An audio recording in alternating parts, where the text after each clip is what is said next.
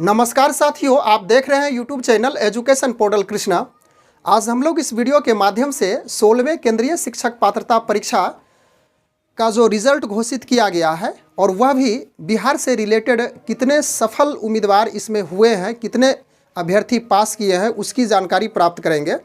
सबसे पहले हम लोग जो सफल हुए हैं इस परीक्षा में, 16वें केंद्रीय शिक्षक पात्रता परीक्षा में, उनको मेरी ओर से ढेर सारी शुभकामनाएं और अभिनंदन।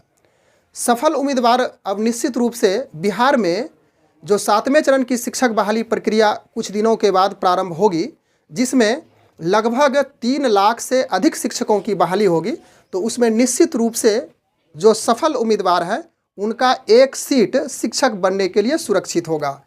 तो हमारी ओर से उन अभ्यर्थियों का, उन कैंडिडेट का फिर से शुभकामनाएं होगी कि वह आने वाले आगामी जो शिक्षक नियोजन प्रक्रिया होगी उनमें वह निश्चित रूप से एक अच्छे और सुयोग्य शिक्षक बने। हम लोग इस वीडियो के माध्यम से इस बात की जानकारी प्राप्त करेंगे कि दिसंबर 2019 से दिसंबर 2022 तक अभी तक किस प्रकार से कितने अभ्यर्थी अपीयर हुए थे, कितने अभ्यर्थी सफल हुए, इन सारी जानकारी प्राप्त करेंगे।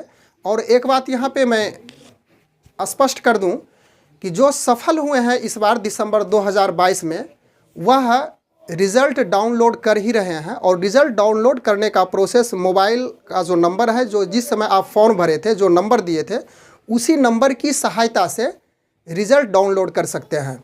और रही बात अंक पत्र और योग्यता प्रमाण पत्र के बारे में, तो वह डिजी लॉकर में कुछ दिनों के बाद अपलोड कर दिया जाएगा और वहां से जल्द ही अभ्यर्थी प्राप्त कर सकते हैं। तो चलिए मुख्य बिंदु पे हम लोग बात करते हैं कि दिसंबर 2019 से दिसंबर 2022 तक कितने अभ्यर्थी सफल हुए। तो दिसंबर 2019 में इसमें विशेष रूप से देखेंगे हम लोग और इस पर एक कंक्लूजन करेंगे, एक विश्लेषण करेंगे कि दिसंबर 2019 में अपीयर हुआ था 1,64,000, यानी कि इतने अभ्यर्थियों ने फॉर्म अप्लाई किया था, लेकिन पास इसमें से मात्र 20,000 हुए थे, जो कि 1 to 8 क्लास के लिए था। वह दिसंबर 2019 की बात है। जनवरी 2019 को छोड़ देते हैं क्योंकि छठा चरण में वे अपीयर हो चुके थे। अब उसके बाद जनवरी 2021 में आ जाते हैं। 19 के बाद 21 में परीक्षा हुई, 20 में नहीं हुई थी, कोरोना काल था, जिस वजह से उसे रोक दिया गया था। इसमें अपीयर होने वाले अभ्यर्थियों की संख्या 3,20,000 थी। यहाँ पर देखिए 1,64,000 यानी कि 1.5 लाख के लगभग था, और यहाँ पे सीधे यह दुगना हो गया अभ्यर्थी, 1 से 3 लाख के लगभग हो गया, दुगना हो रहा है। इसमें मात्र पास हुआ था, यहाँ पर पास हुआ था 20,000, यहाँ हो गया 30,000, यानी कि 10,000 एक्स्ट्रा होते जा रहा है। अभ्यर्थियों की संख्या बढ़ते जा रही है, पास होने वाले की संख्या भी बढ़ते जा रही है, क्योंकि दिनों दिन मेहनत करने वाले अभ्यर्थियों की संख्या, विद्यार्थियों की संख्या भी बढ़ते जा रही है। उसके बाद दिसंबर 2021 और जनवरी 2022 में यहाँ पे आकर के विद्यार्थी जो अपीयर हुए थे उसकी संख्या बढ़ी, लेकिन पास होने वाले में भी वही अंतर रहा, 10,000 का अंतर रहा। तो लगभग 40,300 विद्यार्थी यहाँ भी सफल हुआ था।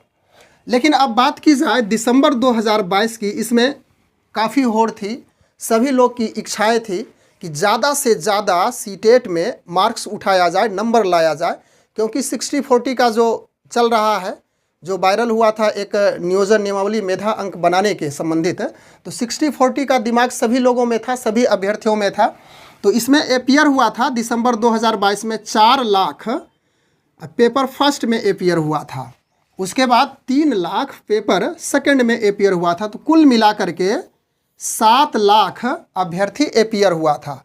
तो यहाँ से देखिए कि पहले 1.5 लाख था, उसके बाद 3 लाख, फिर 3 लाख से यहाँ पे यानी कि 5 लाख के लमसम इसको मान सकते हैं लगभग में, तो 5 लाख हो गया था। अब यहाँ पर विद्यार्थियों की संख्या अपीयर होने में जो संख्या थी वह 7 लाख के लगभग हो गई थी, लेकिन यहाँ पे पास होने वाले की संख्या 25,543 पेपर 1 के लिए और पेपर सेकेंड के लिए 23,574 था। कुल मिलाकर के देखें तो लगभग 49,000, इसको यदि और लगभग में ले लगभग, तो यह 50,000 के लगभग विद्यार्थी पास हुआ। लेकिन जिस समय दिसंबर 2022 के लिए जो परीक्षा हुई थी उसका जो आंसर की आया था 14 फरवरी को, तो उस समय लोग अनुमान लगा रहे थे और ऐसे इस तरह से चल रही थी सोच विचार कि लगभग जो पास होने वाले आंसर की सहायता से जो रिज़ल्ट आया था, जो देख रहे थे लोग आंसर की सहायता से मिला रहे थे कि मेरा इतना नंबर आएगा, तो एक अनुमान था, एक आंकड़ा था, एक सर्वे किया गया था। उस सर्वे के आधार पे बताया जा रहा था कि पास होने वाले अभ्यर्थियों की संख्या 1 लाख से प्लस जाएगी। लेकिन जब इसका रिज़ल्ट फाइनली घोषित किया गया और रिज़ल्ट घोषित होने के बाद समाचार पत्रों के माध्यम से ऐसी जानकारी मिली, और अभी तक इसकी स्पष्टता सही सटीक नहीं कही जा सकती है, कुछ न कुछ बढ़ भी सकती है, घट भी सकती है, लेकिन हम लोग इस बात से आश्वस्त हो चुके हैं, क्लियर हो चुके हैं कि दिसंबर 2022 की परीक्षा जो 16वें केंद्रीय पात्रता परीक्षा हुई, तो उसमें लगभग 50,000 विद्यार्थी ही पास हो पाए। तो जो अनुमान था कि 1 लाख से प्लस अभ्यर्थियों की संख्या होगी पास होने वाले अभ्यर्थियों की, लेकिन वह सिमट करके आधे में ही रह गई, यानी कि 50,000 के लगभग, आधा से कम भी मान सकते हैं, क्योंकि 49 एक लगभग अप्रोक्सीमेट आंकड़ा लिया है 50,000 का। तो अब जो 1 लाख से अधिक बताई जा रही थी कि संख्या पास हो गए विद्यार्थियों की, तो वह यहाँ पे फेल होता महसूस हो रहा है। तो अब स्पष्टता हो रही है इस बात की कि जो शिक्षक 7वें नियोजन से संबंधित बिहार में चलेगी, तो उसमें बार बार इस आंकड़े को बदला जा रहा है, और आंकड़े को बदलने के साथ साथ उसे अधिक में ही परिवर्तित किया जा रहा है। सबसे पहले बताया जा रहा था कि 2.25 लाख रिक्तियां हैं शिक्षकों की, जिसमें प्राथमिक विद्यालय के होंगे, उसके बाद माध्यमिक विद्यालय और उच्च माध्यमिक विद्यालय के भी इसमें होंगे। तो प्राथमिक विद्यालय 1 to 8 के लिए शिक्षक लगभग 80 से 90 हज़ार के बीच बताई जा रही थी, और लेकिन कुछ दिनों के बाद शिक्षा मंत्री के द्वारा इस बात की जानकारी दी गई मीडिया के द्वारा कि लगभग यह संख्या 3 लाख तक हो सकती है। तो अब क्लियरेंस इस बात से हो रही है कि जो विद्यार्थी दिसंबर 2022 में पास हुई, उस अनुसार से जो 3 लाख का सीट है, तो निश्चित रूप से सभी विद्यार्थियों का इसमें नियोजन होने की संभावनाएं हैं। तो हम लोग इस वीडियो में मुख्य रूप से इसी बात को जानने के लिए उपस्थित हुए थे कि दिसंबर 2019 में कितने विद्यार्थी पास हुए, उसके बाद 21, 22, उसके बाद दिसंबर 2022। इस दिसंबर 2022 में सभी लोगों की निगाहें थी, बिहार के जितने भी अभ्यर्थी थे इस पे, क्योंकि यह शिक्षक नियोजन से रिलेटेड है 7वां चरण से, और इस विद्यार्थी में जो पास हुए हैं कुछ न कुछ समय लगेगा। इसे जो मार्कशीट है वह डिजी लॉकर में अवेलेबल होगा, उसके बाद निकाल करके, और 7वें चरण की जो बहाली प्रक्रिया है उसमें भी कुछ और समय लगने की संभावनाएं हैं।